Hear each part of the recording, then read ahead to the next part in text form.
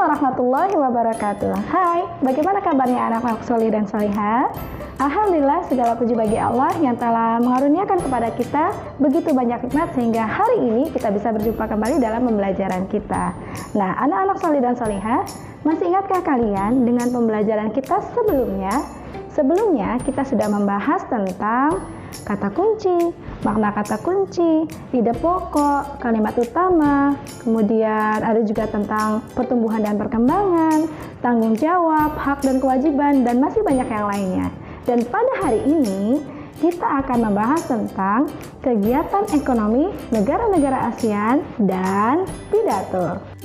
Untuk pembelajaran kita hari ini, tujuannya adalah setelah anak-anak menyaksikan video pembelajaran, kemudian mendengarkan penjelasan, dan juga melakukan diskusi, diharapkan nantinya anak-anak memahami tentang kegiatan ekonomi negara-negara ASEAN dan juga memahami tentang fungsi dari pidato serta bagian-bagian dari pidato. Anak-anak yang solih dan solihah, masih ingatkah kalian negara-negara mana saja yang menjadi bagian dari negara ASEAN?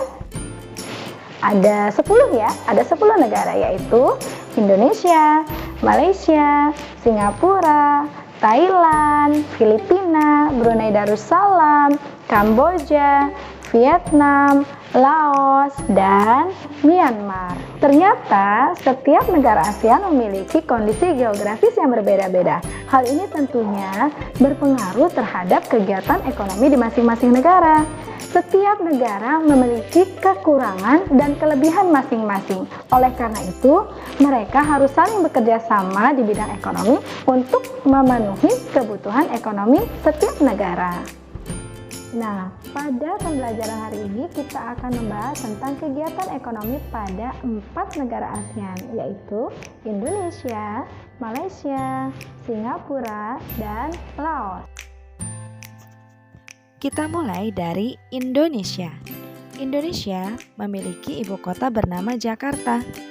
Indonesia terletak di sekitar garis ekuator, sehingga beriklim tropis. Wilayahnya diapit oleh 2 benua dan 2 samudra, menyebabkannya beriklim musim. Lokasi Indonesia di pertemuan antara lempeng tektonik Pasifik, Eurasia, dan Indo-Australia. Letak ini menyebabkan letusan gunung berapi dan gempa bumi sering terjadi. Tapi anak-anak solih dan solihah, tahukah kalian, ternyata gempa bumi dan musibah-musibah lainnya dapat terjadi bukan hanya dipengaruhi oleh letak geografis saja, melainkan bisa jadi karena kemaksiatan yang dilakukan oleh manusia. Hal ini diterangkan dalam Quran Surat Al-Ankabut ayat 40, yang artinya, maka masing-masing mereka itu kami siksa disebabkan dosanya. Maka di antara mereka ada yang kami timpakan kepadanya hujan batu kerikil. Di antara mereka ada yang ditimpa suara keras yang mengguntur atau halilintar, dan di antara mereka ada yang kami benamkan ke dalam bumi, dan di antara mereka ada yang kami tenggelamkan.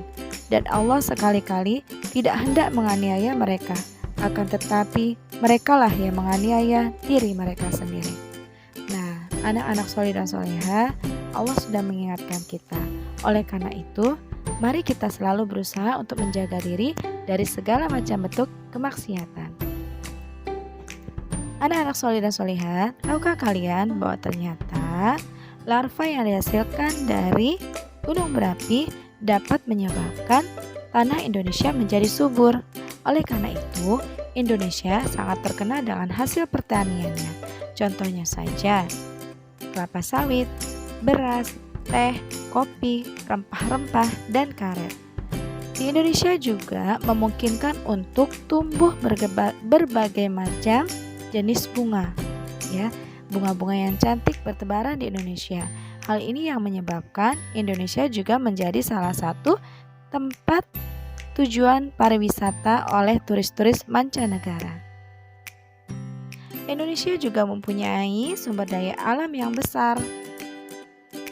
Di antaranya adalah minyak, gas alam, timah, tembaga, dan emas. Indonesia adalah pengekspor gas alam terbesar kedua di dunia. Akhir-akhir ini, Indonesia menjadi pengekspor minyak. Akhir-akhir ini, Indonesia menjadi pengimpor minyak karena konsumsi dalam negeri yang besar. Yang kedua adalah Singapura.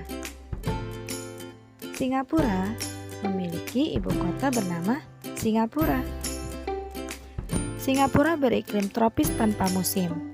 Wilayahnya yang sempit menyebabkan cuacanya setiap hari serupa. Suhu dan kelembapan tinggi dengan tekanan udara yang rendah. Hal ini menyebabkan curah hujan di sana menjadi tinggi. Ekonomi Singapura berbasis manufaktur elektronik, petrokimia, turisme, dan pelayanan finansial. Ekonominya berorientasi pasar. Letak pelabuhan internasionalnya sangat strategis.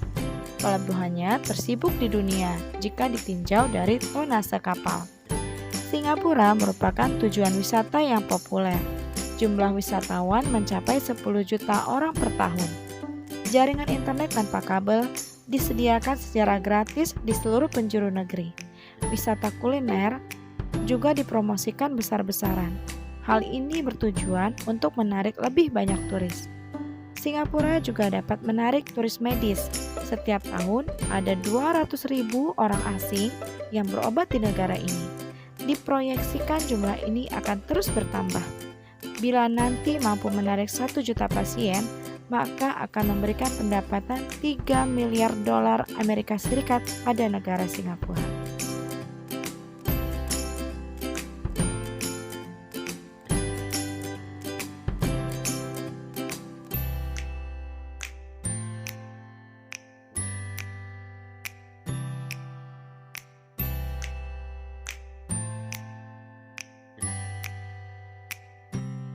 Yang ketiga, Malaysia. Malaysia memiliki ibu kota bernama Kuala Lumpur. Malaysia beriklim tropis, rata-rata suhu dan kelembapannya tinggi. Hal ini menyebabkan curah hujannya juga tinggi. Timah, minyak bumi, dan gas alam merupakan hasil tambang terpenting bagi Malaysia. Malaysia termasuk eksportir terbesar dunia untuk karet alam dan minyak kelapa sawit. Ekspor yang lain diantaranya adalah gas alam, kayu gergajian, coklat, dan tembakau. Salah satu tempat pariwisata yang sangat terkenal di Malaysia adalah Danau Air Tawar yang berada di tepi pantai Malaysia. Negara anggota ASEAN berikutnya yang akan kita bahas adalah Laos. Laos memiliki ibu kota bernama Vientiane. Laos merupakan negara tetangga kita yang tidak memiliki wilayah laut. Etnisnya mayoritas Lao. Agama yang dianut penduduk antara lain adalah Buddha, kepercayaan setempat, dan Kristen. Ekspornya antara lain adalah produk industri makanan, tembaga, dan emas. Salah satu tempat pariwisata yang paling banyak dikunjungi oleh turis adalah Taman Nasional Vientiane. Nah, anak-anak solih dan solihah, itu tadi adalah pembahasan dari kegiatan ekonomi 4 negara ASEAN. Bagaimana dengan negara-negara ASEAN lainnya? Nah, anak solih dan solihah, untuk mencari informasi kegiatan ekonomi 6 negara ASEAN lainnya, Bu Fati dan Pak Zedri akan membagi kalian menjadi 6 kelompok ya. Kelompok 1 silakan mencari informasi tentang negara Kamboja. Kelompok 2 negara Thailand. Kelompok 3 negara Vietnam. Kelompok 4 negara Filipina. Kelompok 5 negara Myanmar. Dan kelompok 6 negara Brunei Darussalam. Wah, Masya Allah, indah sekali ya kondisi geografis dari negara-negara ASEAN tersebut. Senang sekali rasanya kalau kita bisa bersama-sama berkunjung ke negara-negara tersebut. Tapi sayangnya, qadarullah saat ini Allah sedang memberikan ujian kepada kita berupa pandemi. Kenapa sih kok kita tidak boleh melakukan perjalanan ke luar negeri pada saat pandemi seperti ini? Yuk kita simak pidato berikut ini. Bismillahirrahmanirrahim. Assalamualaikum warahmatullahi wabarakatuh. Selamat sore, salam sejahtera bagi kita semuanya. Om Swastiastu, Namo Buddhaya, salam kebajikan. Bapak, Ibu, dan saudara-saudara sebangsa dan setanah air, pemerintah telah menetapkan COVID-19 sebagai jenis penyakit dengan faktor risiko yang menimbulkan kedaruratan kesehatan masyarakat. Dan oleh karenanya, pemerintah menetapkan status kedaruratan kesehatan masyarakat.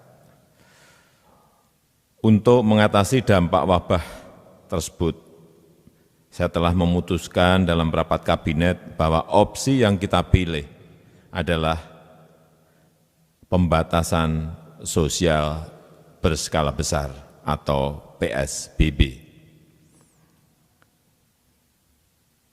Sesuai undang-undang, PSBB ini ditetapkan oleh Menteri Kesehatan yang berkoordinasi dengan Kepala Gugus Tugas COVID-19 dan Kepala Daerah. Dasar hukumnya adalah Undang-Undang Nomor 6 Tahun 2018 tentang kekarantinaan kesehatan. Pemerintah juga sudah menerbitkan peraturan pemerintah PP tentang pembatasan sosial berskala besar dan Kepres penetapan kedaruratan kesehatan masyarakat untuk melaksanakan amanat undang-undang tersebut. Dengan terbitnya PP ini semuanya jelas.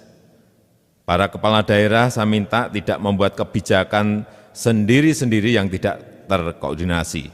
Semua kebijakan di daerah harus sesuai dengan peraturan, berada dalam koridor undang-undang dan PP serta Kepres tersebut.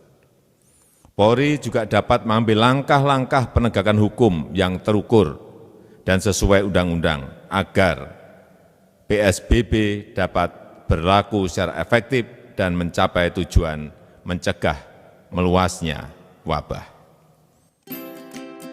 Anak-anak menyimak pidato tersebut, bisakah anak-anak menjelaskan apa pengertian dari pidato? Kemudian apa fungsi serta bagian-bagian dari pidato? Untuk lebih memahami tentang pidato, silakan anak-anak mencari informasi baik di buku tematik ataupun di internet. Ya, video pembelajaran kita pada hari ini untuk penjelasan lebih lanjut akan kita bahas pada kegiatan Zoom kita sore nanti. Oleh karena itu, untuk hari ini Bupati akhiri dulu sementara. Wassalamualaikum warahmatullahi wabarakatuh.